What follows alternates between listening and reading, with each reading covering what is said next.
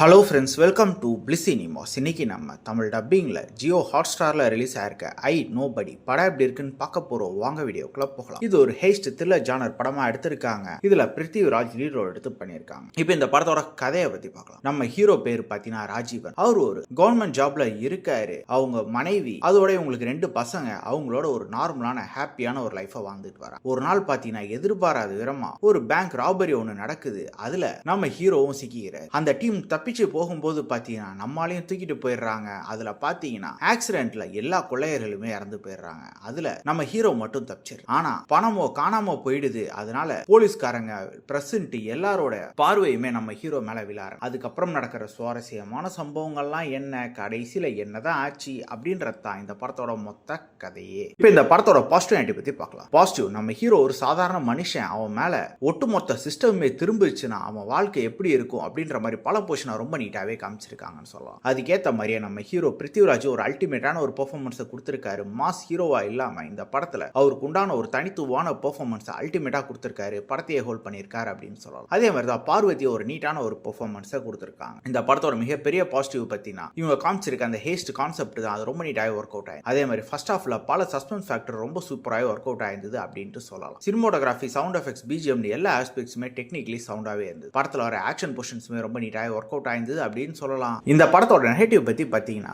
Duration சொல்லலாம். கிட்டத்தட்ட 2.25 மணி நேரம் தாண்டி ஓடுது. அதை கொஞ்சம் கட் ஷார்ட் பண்ணி எடுத்துருக்கலாம். அதே மாதிரி செகண்ட் ஹாஃப்ல பல போர்ஷன் ரொம்ப லெங்தா இருந்தது. என்ன கொஞ்சம் பிரில்லியண்டா எழுதி எடுத்தா நல்லாவே இருந்தது. அது மட்டும் இல்லாம ஒரு சில காட்சிகள் பாத்தீங்கன்னா திருப்பி ரிப்பீட்டடா வந்த மாதிரியும் இருக்கதான் செய்யுது. அதே மாதிரி ஹேஸ்ட் போர்ஷன் இன்னும் கொஞ்சம் டீடைலா காமிச்சிருக்கலாம் அப்படின்ற மாதிரி தான் இருந்தது. கிளைமேக்ஸுமே பெருசா இம்ப்ரெசிவா இல்ல. மொத்தத்துல என்கிட்ட கேட்டீங்கன்னா இந்த படம் ஒரு ஒன் டைம் வாட்சபிள் படம் தான். வேணும்னா ட்ரை பண்ணி பாருங்க. இந்த படத்துக்கு நம்ம ரேட்டிங் கேட்டீங்கன்னா 10க்கு 6 மார்க் கொடுக்கலாம். இன்னொரு வீடியோல சந்திக்கலாம். தேங்க்யூ.